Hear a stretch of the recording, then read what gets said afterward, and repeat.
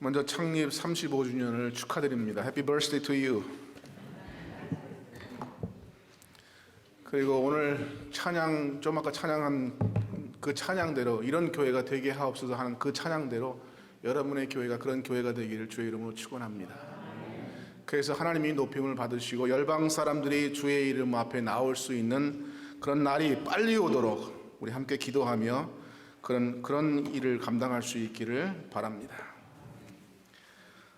자, 오늘 설교를 무슨 설교를 할까 참 고민 많았어요. 요한복음 21장을 할까, 사도행전 1장을 할까, 사도행전 13장을 할까 하다가 결국은 13장으로 낙찰이 됐습니다. 왜냐하면 저는 이런 교회를 저도 꿈꾸고 이런 교회가 주님 앞에 바로 서게 되기를 바라는 마음으로 함께 말씀을 나누면서 저도 그런 교회의 한 일원으로서 주님의 영광을 돌리며 주께 많은 사람을 돌아오게 하는 그런 일을 감당하고 싶기 때문입니다. 사도행전 13장 14장의 말씀은 사도행전에서 이방인 전도가 기록되어 있는 그런 말씀입니다. 그런 가운데 있는 말씀이죠. 10장 1절부터 19장 20절까지의 말씀 속에 있는 그런 내용입니다. 사도행전 1장 8절에 보면 예수님께서 그렇게 말씀하시죠. 성령이 너희에 임하시면 너희가 권능을 받고 예루살렘과 온 유대와 사마리아와 땅끝까지 이르러 내 증인이 되리라 라고 말씀을 하십니다. 그런데 그런 순서대로 지금 복음이 증거되어 가고 있어요. 사도행전에서 말씀하신 것처럼 예루살렘에서 말씀이 시작돼서 온 유대로 나갔고 온 유대로 나간 말씀이 사마리아에 전파됐고 사마리아에 전파된 말씀이 열방을 향해서 지금 나가고 있는 중에 있습니다. 자, 그런 가운데 오늘 13장에 있는 말씀은요, 열방 가운데 예수 그리스도께서 증거되고 그 열방의 이방인들이 들어와서 하나님을 찬양하는 모습이 보여지고 있습니다. 즉 13장과 14장은 유대인을 향한 선교에서 이방인을 향한 선교의 모습으로 이제 변해가고 있는 모습을 우리에게 보여주고 있습니다. 특별히 13장은요, 성령에 의해서 세움을 입고 금식과 기도와 안수를 통해서 교회에 의해 확증을 받고 이방인을 향한 선교 사역을 감당하는 두 사람을 우리가 볼 수 있습니다. 바나바와 바울입니다. 자, 이 교회, 안디옥 교회는 어떤 교회인지 한번 살펴보도록 하겠습니다. 첫 번째, 이 안디옥 교회는 사랑이 있는 교회입니다. 아까 보았던 그 내용 있죠. 사랑이 가득한 교회. 그런 되기를 우리 교회가 되기를 원합니다. 분명히 여러분께서 함께 읽으셨어요. 자, 그런 교회가 안디옥 교회뿐만 아니라 여러분의 교회도 그런 사랑이 넘치는 교회, 예수 그리스도를 정말 사랑하고 이웃을 내 몸같이 사랑할 수 있는 그런 교회가 되기를 주의 이름으로 축원합니다. 본문은 사도행전의 새로운 전환점입니다. 지금까지 사도행전의 역사는요, 1장 8절의 말씀처럼 그렇게 진행이 되어 왔습니다. 그런데요, 불행하게도 이 예루살렘 교회에 핍박이 왔어요. 자, 예수님께서는 예루살렘에 머물고 있다가 성령이 너에게 임하면 예루살렘부터 말씀을 증거하라고 했고, 그 다음에는요, 온 유대로 나가라고 말씀을 하셨어요. 그런데 이 예루살렘 교회를 가만히 한번 보십시오. 아직도 지금 예루살렘에 머물러 있습니다. 나가려고 하지 않습니다. 내가 편한 곳, 여기에 지금 머물러 있어요. 저희가 1977년에 신학을 시작하면서 주님 앞에 이런 기도를 드렸습니다. 하나님, 내가 언젠가 목사가 될 텐데 그 목사가 될 때 그때 제가 어디서 사역을 하면 좋겠습니까? 그런 기도를 드렸어요. 근데 제 마음에 와닿는 건 이렇습니다. 내 아버지의 선조들이 아프리카 어디서 왔을 텐데, 어딘지는 모르죠. 뭐 동부 아프리카에서 왔는지 서부리 아프리카에서 가나에서 왔는지 케냐에서 왔는지 잘 모르겠습니다. 그러나 내 아버지의 선조들이 아프리카 어디에서 와서 미국에 정착을 했고 그분들이 미국에 살았을 텐데, 나는 그 아버지의 선조들이 있는 아프리카에 가서 선교하고 싶다, 사역하고 싶다, 그런 생각을 했습니다. 그런데 미국에 살다 보니까요, 페이먼이 하나씩 둘씩 늘어나고요, 아이들이 하나 둘씩 생겨나니까 야, 여기가 좋다, 그런 생각이 들기 시작했습니다. 그래서 케냐라고 하는, 아프리카라고 하는 것을 까맣게 잊어버리고 이제는 미국에서 정착하면서 그렇게 살고 있었습니다. 그런데 어느 날 정말 청천벽력 같은 말씀이 제게 주어졌어요. 제가 어느 교회에 부목사로 있었는데요. 그 담임 목사님이 하루는 교회 앞에 이렇게 광고를 합니다. 이 목사는 6월 말로 교회를 사임합니다. 그리고 아프리카 케냐로 선교사로 나갑니다. 여러분 어떻게 이해를 하시겠어요? 그 말씀을. 저거 지금 의논된 일이 아니에요. 목사님이 저를 너무 잘 아세요. 제가 한국에서 같이 사역을 했고 LA에 와서 교회를 같이 개척했고 그리고 선교사 바로 나가기 전에 그 교회에서 부목사로 있었어요. 그런데 그 목사님이 저와 전혀 상의도 안 하시고 교회 앞에 그런 광고를 하셨습니다. 정말 망초 딱 맞는 그런 느낌이었어요. 그런데 가만히 생각을 해보니까 얼마나 안 나가려고 했으면 하나님께서 이렇게까지 밀어내시겠는가 하는 그런 생각을 하는 거 있죠. 그래서 오히려 하나님께 감사를 드렸습니다. 자, 그런데 예루살렘에 있는 교인들은요, 지금 자기네들이 편한 곳 예루살렘에 지금 머물러 있습니다. 그때에 교회가 문제가 생기기 시작했고요, 교회가 핍박을 받기 시작합니다. 그래서 제자들 외에는 모든 사람이 온 유대로 흩어졌다고 성경은 말씀하고 있어요. 그래서 거기 가서 예수를 증거합니다. 그런 다음에 계속해서 사마리아의 땅까지 이르러 복음이 증거되는 그런 기회가 됩니다. 우리가 혹시 우리가 가장 편한 곳에 그냥 머물러 있으면 그렇게 되지 않기를 원하지만요, 때로는 하나님께서 어떤 일들을 통해서 우리를 하나님의 일에 동참을 시킬 때가 있다고 하는 사실입니다. 자, 이제 복음이 온 유대와 사마리아와 땅까지 이르러 뻗어가는 그때에 복음의 센터가 새롭게 등장하는데요, 그것은 안디옥이라고 하는 곳입니다. 자, 예루살렘에서 안디옥이라고 하는 북쪽으로 올라가서 안디옥이라고 하는 곳에 지금 예수 그리스도를 섬기는 사람들이 모여지게 되고요, 거기서 하나님을 열방을 향한, 이방인들을 향한 센터가 지금 세워지게 됩니다. 자, 그것이 바로 안디옥에 있는 교회였습니다. 선교적 관점에서 볼 때 13장은 그동안의 예루살렘 중심의 사역에서 이제 이방인 중심의 역사적인 사건으로 좀 옮겨져 가고 있습니다. 자, 유대인의 선교에서 이제 이방인을 향한 선교, 온 열방을 향한 선교로 지금 가고 있는 것입니다. 자, 안디옥은 당시 로마 제국의 3대 도시 중에 하나였습니다. 그것은 로마, 알렉산드리아, 그리고 안디옥인데요, 그 안디옥에서 지금 열방을 향한 교회가 지금 세워지고 있는 것입니다. 그때 안디옥은 예루살렘보다 훨씬 더 크고 또 모든 면에서 정치적인, 경제적인, 문화적인 면에서 예루살렘보다 월등했던 그런 곳이라고 합니다. 그러므로 주께서 이 도시를 땅까지 복음을 증거하는 일에 사용하시기 원하셨던 것은 명백한 당연한 일인지 모르겠습니다. 하나님은 이곳을 이방의 복음 전파의 전초기지로 사용을 하고 계십니다. 그런데 이 교회는 사랑으로 하나가 되었던 그런 교회였습니다. 뜨겁게 하나님을 사랑했고 뜨겁게 이웃을 사랑했던 그런 교회였습니다. 자, 여러분의 교회가 그렇게 뜨겁게 하나님을 사랑하고 뜨겁게 이웃을 사랑할 수 있는, 죽은 생명들을 사랑할 수 있는 여러분의 교회가 되시기를 주의 이름으로 축원합니다. 자, 그런데 이 교회, 안디옥 교회는 어떤 교회였습니까? 이곳에는 선지자와 교사들이 있었다라고 성경을 말씀해 주고 있습니다. 그들은 바나바와 니게르라고 하는 시므온, 성서학자들은 이 시므온을요, 예수님의 십자가를 지고 가던 구레네 사람 시므온이라고 생각하기도 합니다.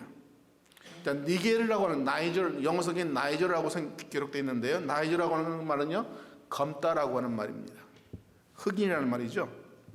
자, 거기서 또 구레네 사람 루기오라고 하는 말을 하고 있는데요, 이것은요, 사도행전 11장 20절에 나타난 구레네 사람들이 이제 안디옥에 들어온 것 같은 그런 뜻입니다. 자, 헤롯의 젖동생 마나엔, 그리고 사울과 바나바였습니다. 자, 각기 자기들의 배경이 다릅니다. 흑인도 있고요, 그다음에 아프리카에서 온 사람도 있고요, 그다음에 구레네라고 하는 사람, 구레네에서 온 사람도 있고요, 그다음에 유태인들도 있습니다. 이런 속에서도 그들은 서로를 따지지 않고 하나가 되는, 그래서 사랑할 수 있는 그런 교회였습니다. 사울은 수준 높은 교육을 받은 유대인 율법 학자였으면서 로마 시민권자였습니다. 재미있는 사실은요, 이들은 한결같이 출신 성분과 인종적인 배경이 다른 사실이었다는 사실입니다. 자, 우리는 안디옥 교회 이런 지도자들의 몇몇만 보아도 안디옥 교회가 일방 선교를 위해서 준비된 교회였다라고 볼 수 있습니다. 자, 우리 가운데는요, 나이 연세가 드신 분도 있고 젊은 사람도 있습니다. 우리는 남자도 있고 여자도 있습니다. 각기 배경이 다 다를 수 있습니다. 그러나 우리는 주 안에서 하나입니다. 자, 케냐가 그저께 인터넷을 찾아보니까요, 자슈아 프로젝트라고 하는 그런 인터넷 사이트가 있는데, 그것에 들어가면 이제 선교에 대한 그런 것이 많이 나오는데, 제가 지난번에 여러분께 케냐가 44개 부족이 있다고 말씀을 드렸어요. 근데 자슈아 프로젝트에 들어가 보니까 111개 부족이에요. 그러니까 더 세분해서 나눠 놨습니다. 그런데 이 111개는요, 어떤 사람은요, 어떤 부족은 셈족도 있고요, 어떤 부족은 무슨 부족이 다 다른데 그 종족도 다 달라요. 자, 그런 가운데 한 나라를 이루었습니다. 그런데 교회에 들어가 보면 어떤 교회는 캄바 부족도 있고요, 칼렌진 부족도 있고요, 그 안에는 루오 부족도 있고요, 그 안에는 기쿠유 부족도 있습니다. 그러니까 서로 다른 부족이 한 교회에 들어와서 한 구성원을 이루는 것입니다. 자, 우리는 단일 민족이라고 이야기해요. 핏줄을 이어서 받았다고 이야기하지만 사실 한국 민족도 중국 사람들의 피가 얼마나 많이 섞여 있습니까? 자, 그러거나 저러거나 어쨌건 간에요, 우리 교회 안에 우리 백그라운드가 다 다르지만, 그러나 교회 안에 일단 들어오면 우리는 그리스도 안에서 한 형제입니다. 자매입니다. 그러므로 너와 내가 다르다고 이야기하지 말고, 우리는 그리스도 안에서 하나가 되며 우리의 공통 분모인 예수 그리스도로 말미암아 그분을 사랑하고 이웃을 사랑할 수 있는, 뜨겁게 사랑할 수 있는 우리가 될 수 있기를 바랍니다. 안디옥 교회는 다양한 일꾼들이 있었습니다. 그런데 그 면면을 보면 그들은 출신 성분이 다르고 인종적인 배경도 달랐습니다. 그 가운데 귀족들도 있었습니다. 자, 이때 당시의 귀족이라고 하는 것은 오늘날 우리가 생각하는 그런 귀족과는 전혀 다릅니다. 자, 고린도전서 11장인가요? 주님께서 말씀하신 이 성례식을 진행할 때, 그때 당시에 그분들은요, 음식을 먼저 갖다가 먹으면서 애찬을 나누는 그런 일도 있었습니다. 그러나 그 애찬을 나누는 과정에서 문제가 있었기 때문에 애찬이 점점 없어지고 성례식만 남았습니다. 자, 부자 사람들은요, 음식을 자기 집에서 잘 차려왔습니다. 가난한 사람들은 보리떡 같은 그런 음식을 가지고 왔죠. 근데 부자는 부자끼리 모여서 음식을 먹었고, 가난한 사람은 가난한 사람끼리 모여서 그렇게 음식을 먹었습니다. 그러니까 이 한 교회 안에서도 부자 따로, 가난한 사람 따로였습니다. 자, 그렇게 되다 보니까 문제가 생기는 거죠. 그러나 우리는 교회 안에서 부자 따로, 가난한 사람 따로가 아닌 우리 한 형제가 모두 모여서 함께 사랑을 나누고, 함께 은혜를 나누고, 함께 기도하고 하는 그런 공동체가 되기를 바랍니다. 그러나 예수 그리스도 안에서 하나가 된 이 안디옥 교회처럼 우리도 하나가 되는 은혜가 있기를 바라고요. 그들은 신분과 계급 그리고 모든 차이를 넘어서서 하나의 비전, 곧 땅끝까지 복음을 전하고자 하는 그런 비전으로 하나가 되었습니다. 이 사람들의 다양한 지리적, 인종적 다양성은 성령께서 확장한 지리적 영역에서 빠르게 하나가 되어서 빠르게 하나님의 일을 감당할 수 있는 그런 모체가 되었다고 하는 사실입니다. 자, 복음이 이 지역에서 확산되었을 뿐만 아니라 하나님의 영은 국제적 도시인 안디옥을 사용하셔서 하나님 나라 확장을 위해서 다음 면을 위해서 다양한 사람들이 모인 한 팀으로 만드셨습니다. 자, 우리는 여자 없이 남자만 있을 수 없고요, 노인들 없이 젊은 사람들만 있을 수 없습니다.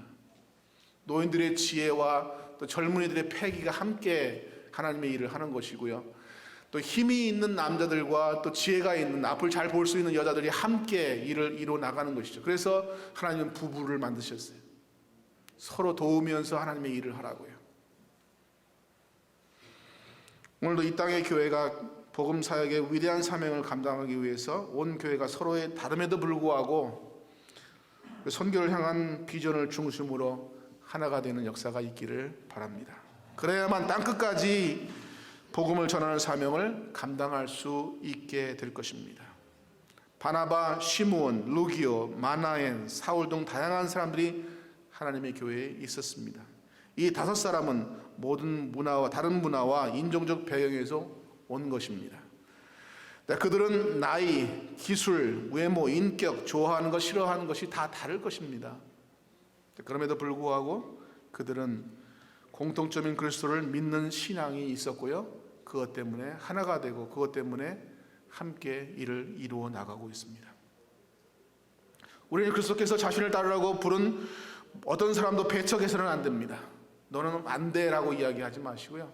우리 더 약한 사람들을 안아주고 함께 일을 이뤄나가는 그런 은혜가 있기를 바랍니다. 저는 찬양을 좋아하는데요. 그 약할 때 강함 되시는 그 예수, 그 찬양이 제게는 그렇게 은혜가 됩니다. 제가 늘 약하거든요. 몸은 건강할지 모르겠어요. 근데 늘 주님 앞에는 약한 존재입니다. 그분의 사랑 때문에 여기까지 왔습니다. 그런데 그 사랑을 더 이상 외면하고 내가 할 수 있다고 생각되면요, 그때는 쓰러지는 겁니다. 넘어지는 겁니다. 아주 엎드러집니다. 더 이상 일어날 수가 없습니다. 그렇기 때문에 낮아질 때, 내가 낮아질 때에 그때에 주님께서 강함 되심을, 나를 힘있게 하심을 믿고 그분 앞에 늘 무릎을 꿇으며 그분의 힘을 내 안에 채우면서 그렇게 살아가며 사역하기를 원합니다. 우리가 하나님의 뜻 가운데 있다는 한 가지 증거는요, 우리가 그리스도의 사랑으로 하나 되는 완전한 다른 사람과 조화될 수 있다고 하는 사실입니다. 존 웨슬레가 어느 날 꿈을 꾸었습니다. 그런데 지옥의 꿈을 꾼 거예요. 자기가 지옥에 가보니까 수많은 영혼들이 고통받고 있습니다. 그래서 그곳에 우글우글대는 그 사람들에게 물어봤습니다. 여기 혹시 감리교인들 계십니까? 물어봤어요. 그러니까 존 웨슬레가 감리교회 창시잖아요. 그래서 감리교인들 혹시 감교인이었던 사람이 있습니까? 그랬더니 있대요. 예, 여기 있습니다. 혹시 장로교인 되셨던 분이 있습니까? 그랬더니 예, 여기 있습니다. 또 이제 침례교인 되셨던 분이요. 그랬더니 손을 들더라고요. 그리스도인 교인이었던 분이요. 다 있어요. 자, 그곳에 떨어지는 사람들 중에서 모든 교파의 영혼들이 있었습니다. 꿈에서 깨어난 이 존 웨슬레는요, 상당히 고통스러웠어요. 야, 예수를 믿는다고 했던 사람들이 이렇게 지옥에 와 있구나. 그런 생각을 하게 됐습니다. 자, 얼마 후에 다시 꿈을 꾸었습니다. 그런데 이번에는 천국에 올라가서 천국에 있는 모습들을 보게 됐습니다. 천사에게 물어봤습니다. 여기 혹시 감리교도였던 사람이 있습니까? 그랬더니 천사가 하는 말이 없습니다. 그래요. 그럼 혹시 장로교인이었던 사람이 있습니까? 그랬더니 없습니다. 그래요. 혹시 침례교인이었던 사람들이 있습니까? 그랬더니 없습니다. 그래요. 혹시 그리스도인의 교회였던 사람이 있습니까? 그랬더니 그런 사람도 없습니다. 그래요. 깜짝 놀랐죠, 지금? 그러면 여기 있는 사람들은 어떤 사람들입니까? 그랬더니 하는 말이 그리스도의 피로 구원받은 사람들입니다.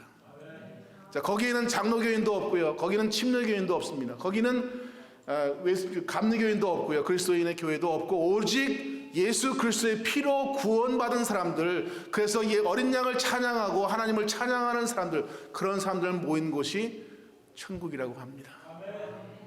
자, 그렇게 사랑으로 함께하고 하나님을 찬양하는 사람들이 모인 곳이 천국인데, 거기서 우리는 영원토록 하나님을 찬양하고 거기서 우리는 영원토록 그분만을 높이는 그런 삶을 살게 될 겁니다. 자, 이 땅에서 우리가 살아가는 동안은요, 우리가 천국의 연습을 좀 하면서 살아갔으면 좋겠어요. 자, 천국의 연습이라고 하는 건 뭐냐면요, 하나님을 사랑하고 이웃을 사랑하는 거예요. 그것도 그냥 말로만 사랑하는 것이 아니고요, 그냥 뜨겁게 사랑하는 것입니다. 그렇다고 남자와 여자 이렇게 부둥켜 안고 그런 거 마시고요. 그 다음에 성경에서 이야기하는 뭐 키스해라 그런 거 하시면 안 되고, 교회에서는. 그래서 우리는 사랑하되 우리 마음으로 사랑하십시오.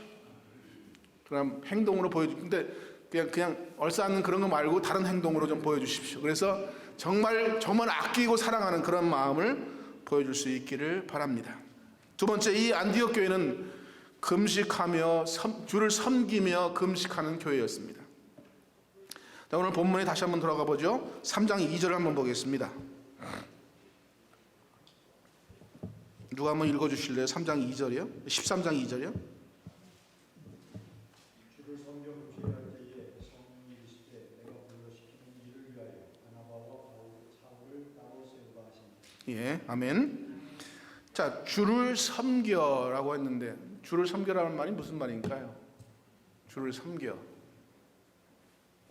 참 애매해요. 한국 성경이 어떤 때는요. 그래서 영어 성경을 찾아봤습니다. 그랬더니 이렇게 되어 있습니다. While they were worshiping and fasting. 그러니까 주님께 예배 드리며 금식할 때에 주를 예배하며 그 주 앞에 금식할 때에 그런 말입니다.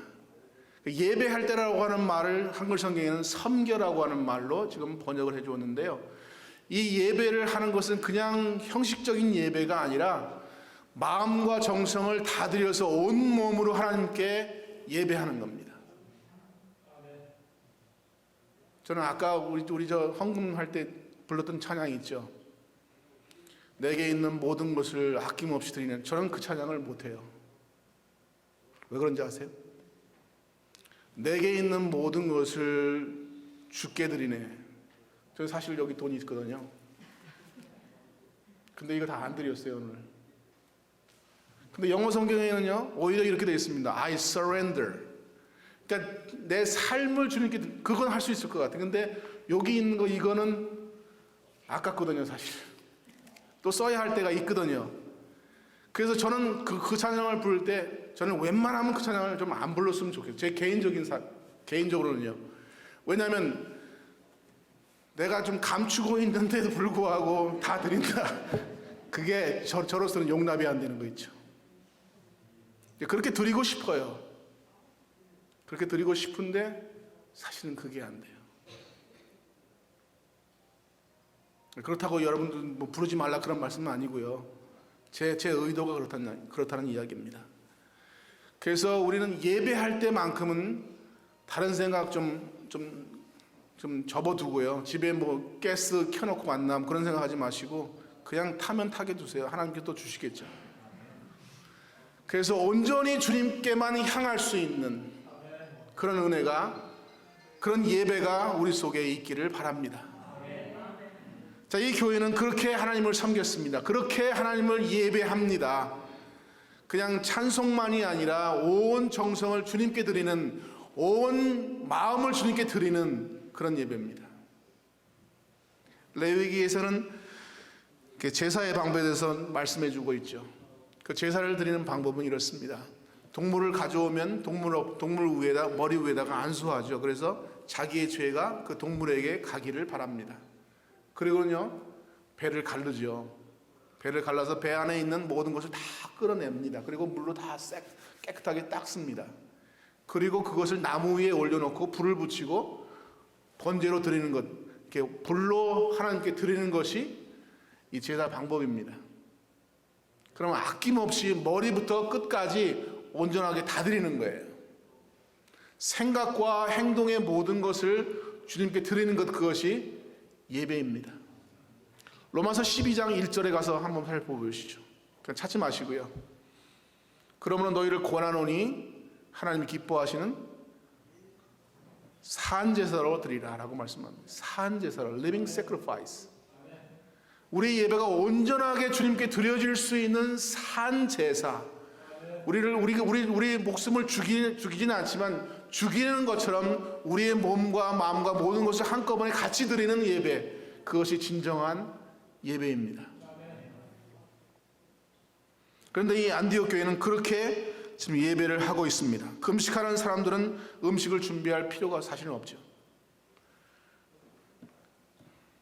제가 제 아내가 말씀을 드렸습니다만 1년에 2차례씩 금식을 하려고 그래요. 먹을 것이 없어서가 아니고요. 그렇게 하면 주 앞에 내가 좀 겸손해질 수 있을 것 같아요.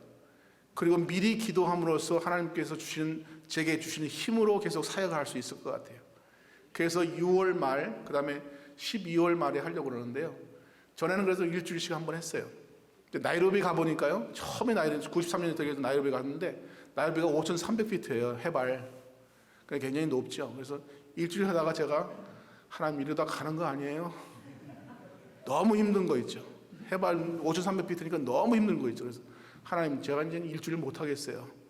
그 대신 3일만 할게요. 그래서 3일씩 줄이기 시작했습니다. 그런데 나이가 들어가다, 죄송합니다. 연세 드신 분 죄송합니다. 나이가 들어가다 보니까요. 이 3일도 참 힘들어지기 시작하더라고요. 그래서 하나님 하루 하고 하루 쉬었다 갈게요. 하루 하고 하루는 먹고 좀 힘을 다시 비축해서 하루 더 하고 그렇게 했으면 좋겠습니다. 그랬는데 3일을 시작하다 보니까 그냥 3일 계속 되더라고요. 그러면서 하나님께 드리는 그런 기도, 겸손하게 다시 한번 주의 은혜를 간구하는 그런 기도.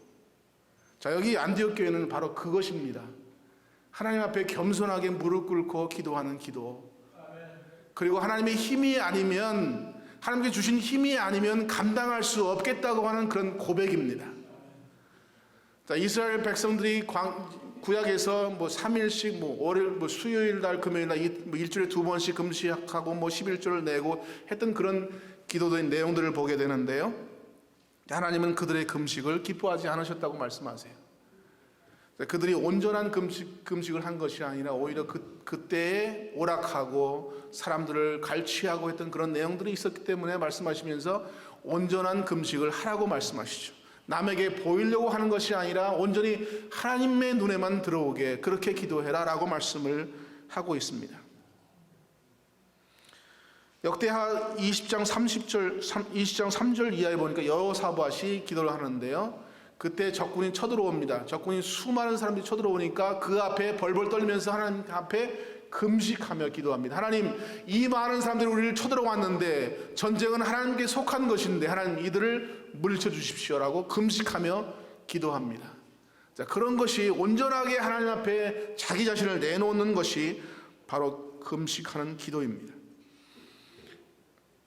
자, 이렇게 그들은 정기적인 예배 때에 정성껏 하나님께 예배하고 금식하며 기도하며 하나님의 은혜를 간구합니다. 안디옥 교회는 금식하고 기도하는 동안에 성령의 도우심을 모아서 그 크고 놀라운 이방 선교의 비전을 깨닫게 됩니다. 자, 그들이 계획한 것이 아니었죠. 그런데 하나님을 섬기며 예배하며 금식할 때 하나님께서는 바나바와 사울을 따로 세우라고 말씀합니다. 그리고 그들을 위해서 기도하고 그들을 이방 선교의 선교사로 파송을 합니다. 자, 그것이 안디옥 교회의 모습입니다. 주를 섬겨 예배하고 금식하는 교회. 그럴 때 하나님의 은혜가 충만할 줄로 분명히 믿습니다. 기도는 성령께서 우리에게 역사하시는 통로이자 우리 하나님의 능력을 힘입을 수 있는 그런 것입니다. 능력의 원천입니다.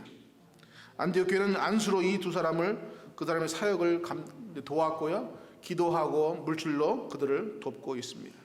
성령께서 말씀하시고 그 선택이 이루어진 뒤에도 회중들은 점점 더 많은 기도로 이들을 돕고 있습니다. 자, 이 제2차 세계대전 중에서요, 세계 중에 남태평양의 한 섬에서 철수하는 어떤 선교사가 배를 타고 화물선을 타고 이제 철수를 하고 있습니다. 그런데 어느 날 갑자기요, 적군의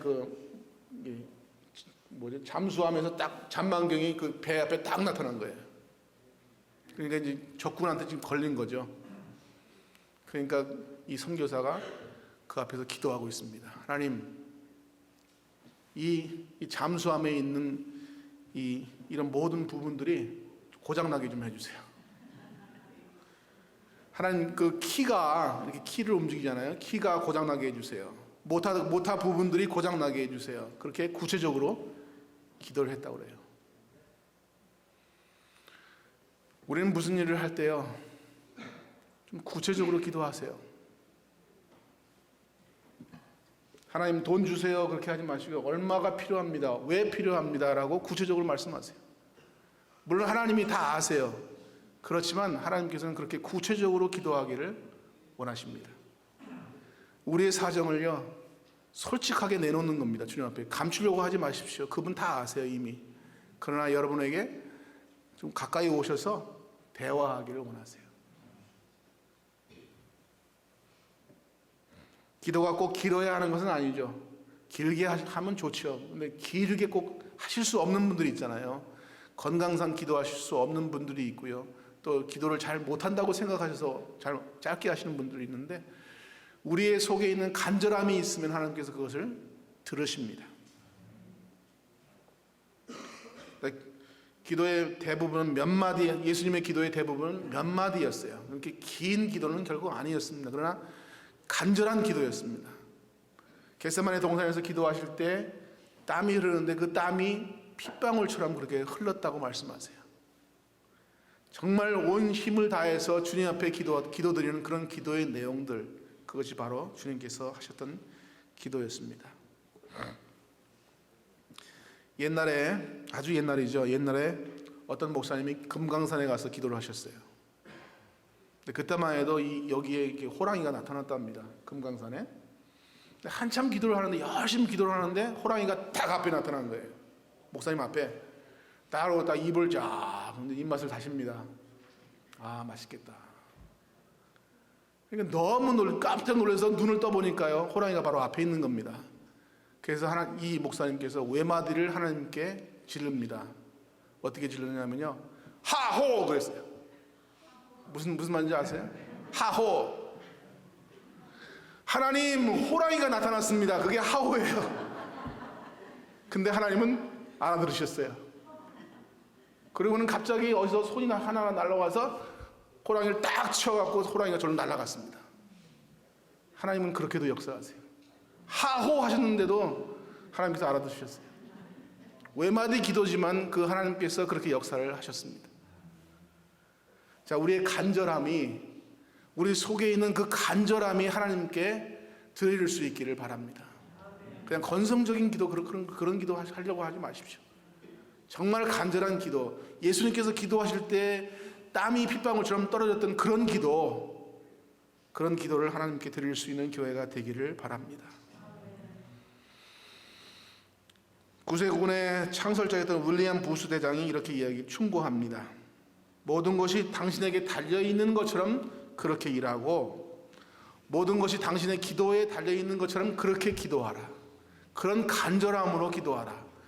내가 기도해야만 이것이 이루어진다고 생각하고 기도하라. 그런 내용이죠. 정말 여러분께서 한 사람 한 사람 기도할 때 이 교회가 더욱 든든히 서가고, 이 교회가 하나님의 마음에 맞는 교회가 되며, 아까 우리가 읽었던 그런 교회가 되어서 하나님께서 원하시는 일들을 감당할 수 있을 것입니다.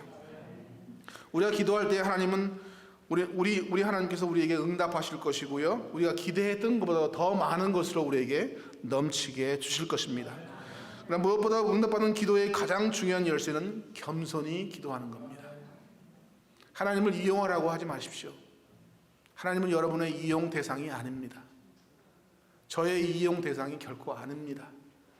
저는 약 파는 장사가 결코 아닙니다. 하나님 파는 장사는 또 아니고요. 그렇게 되지 않기를 바랍니다. 지난 24년 동안 살아왔지만요, 앞으로의 삶도 그렇게 하나님 파는 것이 아니라 정말 예수 그리스도의 이름만 증거되는 그런 사역을 하고 싶어요. 그래서 이 장사꾼적인 그런 선교사가 아니라 온전히 주님께 붙잡혀서 그분만을 사랑하고 그분의 이름을 증거하며 이웃을 사랑할 수 있는, 케냐 사람들을 사랑할 수 있는 그런 선교사가 되어서 그렇게 은퇴하고 싶습니다. 자, 어거스틴이라는 사람이 있었는데요. 어거스틴이 이제 제자들을 가르치면서 있었는데요. 제자들이 어거스틴에게 묻습니다. 선생님, 크리스천의 덕목 가운데서 가장 중요한 덕목은 무엇입니까? 라고 묻습니다. 가장 중요한 덕목은 무엇입니까? 그렇게 물으니까 이 어거스틴 선생님이 하시는 말씀이, 첫째는 겸손이니라. 험불해라. 겸손하게 해라. 그래서 첫째는 그러니까요. 뭐 둘째, 셋째가 있겠죠. 첫째는 그러니까. 그래서 그럼 둘째는 무엇입니까? 그러니까 둘째도 겸손이니라. 또 물어봅니다. 그럼 셋째는 무엇입니까? 셋째도 겸손이니라. 겸손하게 주님을 섬기고 겸손하게 이웃을 사랑하고 겸손하게 이웃을 섬기는 마음, 그것이니라라고 어거스틴은 말했다고 그래요.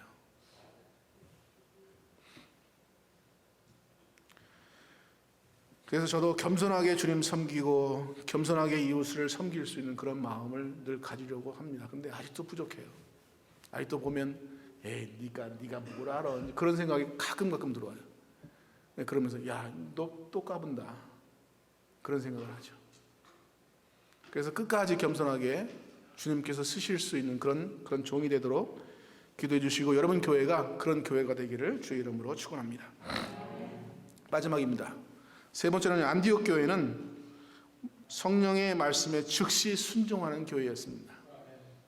즉시 순종하는 교회.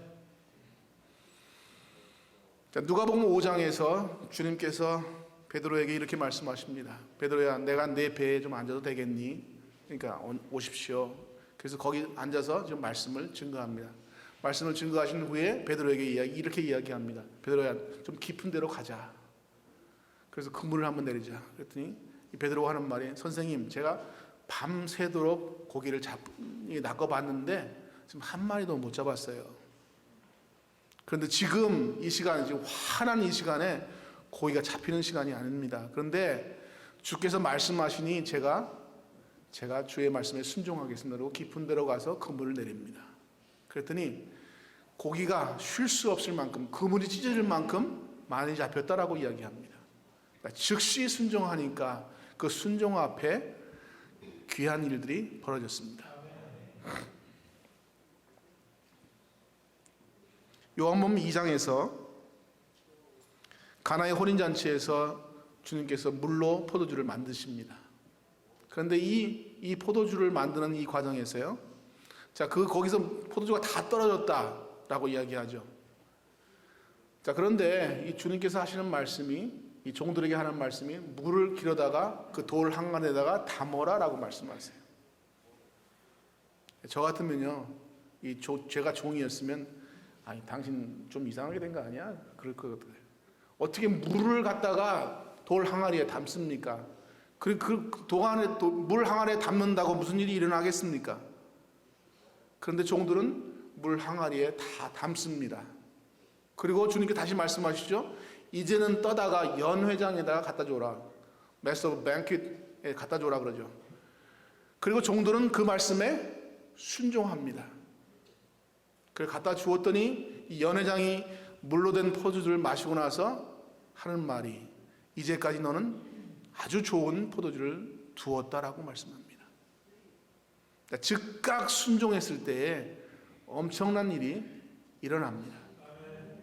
우리 머리로 계산해서 안 될 것 같은 그때에도 이 종들은 그때 그렇게 생각하지 않고 두들겨보지 않았습니다. 계산기로 두들겨보지 않고 자기의 좁은 머리로 생각해보지 않습니다. 그러나 주께서 말씀하실 때 즉시 순종했더니 귀한 포도주가 생겨났습니다. 수많은 물고기들이 잡혔습니다. 오늘 안디옥 교회에 이 두 사람을 따로 세우고 그들을 안수하고 보내라고 했을 때 안디옥 교회는 즉시 순종합니다. 지금 안디옥 교회는 1년밖에 되지 않은 교회입니다. 이 교회는 35년이 됐습니다. 그런데 이 안디옥 교회는 지금 지도자들이 너무 필요한 교회입니다. 바울과 바나바 두 사람이서 함께 사역하면서 이 교회가 훌륭하게 커가고 있고요. 계속해서 더 훌륭하게 커가야 합니다. 그런데 불구하고 하나님께서 이 둘을 따로 세우고 안수하고 보내라고 할 때 그들은 즉시 순종하고 그들에게 안수하고 그들을 보냅니다. 자, 그것이 하나님의 역사를 이루는 우리들의 삶입니다. 안디옥 교회는 주님에 대해서 전적으로 순종하는 교회였습니다. 그래서 이제 세워지지 얼마는 않은 교회지만 그 주님 앞에 온전하게 순종하는 모습을 우리는 볼 수 있습니다.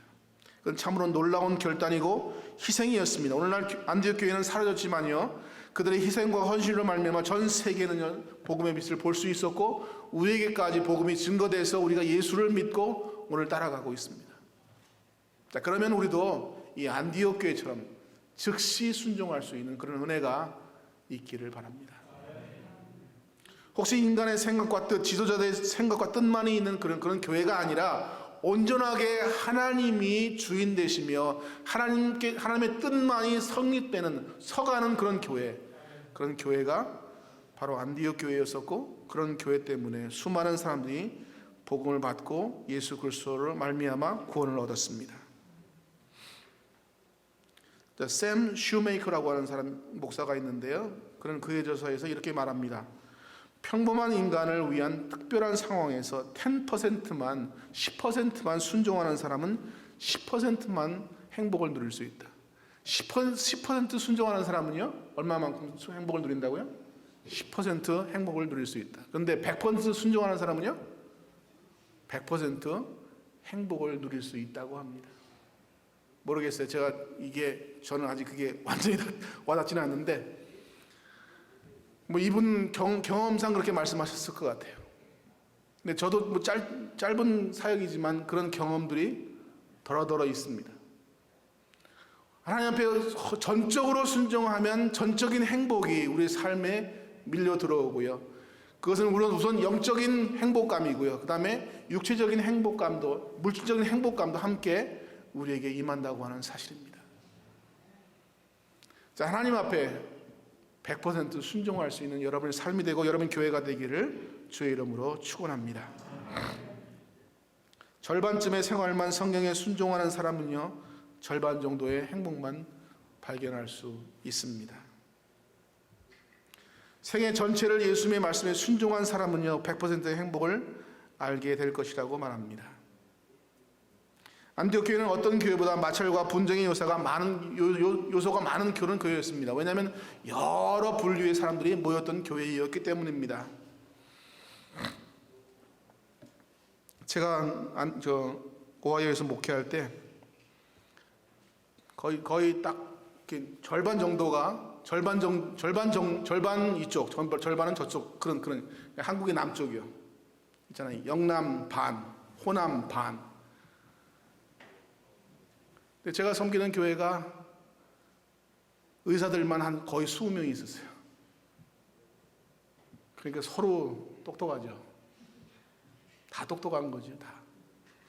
목사가 무슨 말을 잘 못해요. 자기들이 다 하려고 그래요. 그래서 기도하면서 하나님, 주께서 말씀하신 말씀 외에 다른 거 갖고 싸우지 않게 해주세요. 그냥 다 하십시오. 다 하세요. 하시고 저는 그냥 말씀만 하겠습니다. 계속해서 저는 성경 말씀만 계속해서 가르치기 시작했어요. 일주일에 제가 11번씩 설교를 했어요. 새벽 기도가 매일 있어요. 그 교회도. 그래서 일주일에 6번 설교를 하죠. 월요일 날 아침에 부인들이 기도회가 있어요. 수요일 날 수요 기도회가 있죠. 금요일 날 금요 기도회가 있어요. 그러니까 일주일에 제가 부목사 없이 11번을 설교를 하는 거예요.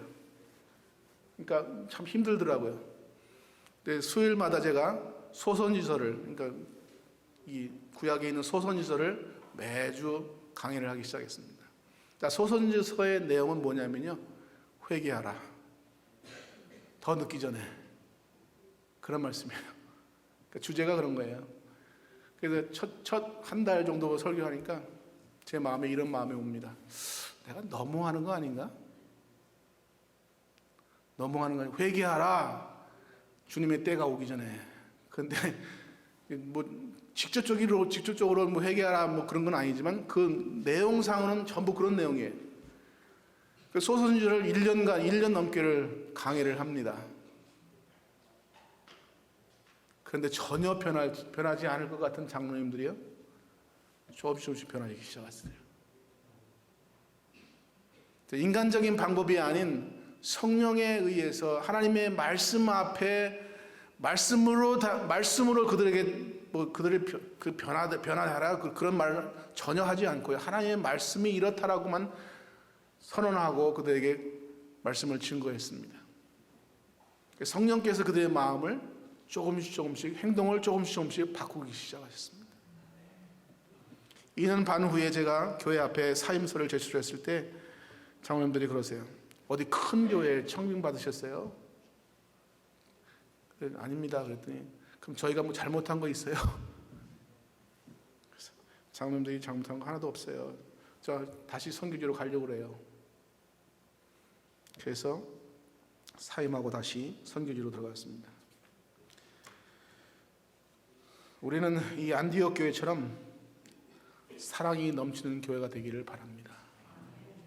하나님을 사랑하되 뜨겁게 사랑하고 예배를 드릴 때 온 마음과 정성을 다해서 예배를 드리고 기도하고 그런 교회가 되기를 바랍니다. 하나님의 말씀이 떨어지면 그 말씀대로 순종할 수 있는 여러분이 되시기를 바랍니다. 그래서 이 교회가 영적으로 또는 수적으로 모든 면에서 풍성해지고 하나님이 쓰시고자 할 때 절대적으로 순종하며 그 앞에 나가는 여러분의 교회가 되기를 바라며 여러분의 한 사람 한 사람 되시기를 주의 이름으로 축원합니다. 기도합니다. 사랑의 하나님, 감사합니다. 짧은 시간에 안디옥 교회의 모습을 함께 살펴보았습니다. 하나님, 우리 교회가 하나님의 교회가 하나님 이런 교회가 되게 해달라고 우리는 같이 읽었습니다. 오늘 안디옥 교회는 하나님 앞에 헌신하는 교회였는데 하나님, 우리도 이 모습을 담기를 원합니다. 우리도 겸손하게 주님 앞에 설 수 있게 도와주시고 주를 섬길 때에 예배할 때에 온 마음과 정성 다해서 주님 섬기게 하시고 금식하며 기도하게 하시며 구체적으로 기도하게 하시고 하나님의 말씀이 우리에게 떨어질 때 그 말씀대로 순종하는 아름다운 삶을 살 수 있도록 오늘도 우리를 붙잡아 주옵소서. 그래서 하나님 열방을 향해서 우리의 마음을 열게 하시고 주님께서 열방을 향하고 계신 그 열방의 마음, 그 주님의 마음을 닮아가는 우리의 삶이 되도록 하나님이 함께하여 주옵소서. 35년 됐습니다. 하나님, 이제까지도 함께하신 에베네셀 되신 하나님께서 앞으로도 이 교회를 붙잡아 주시고 앞으로 더 크게 사용하셔서 하나님 나라에 쓰여지게 하옵소서. 감사드리며 예수 그리스도의 이름으로 기도드립니다.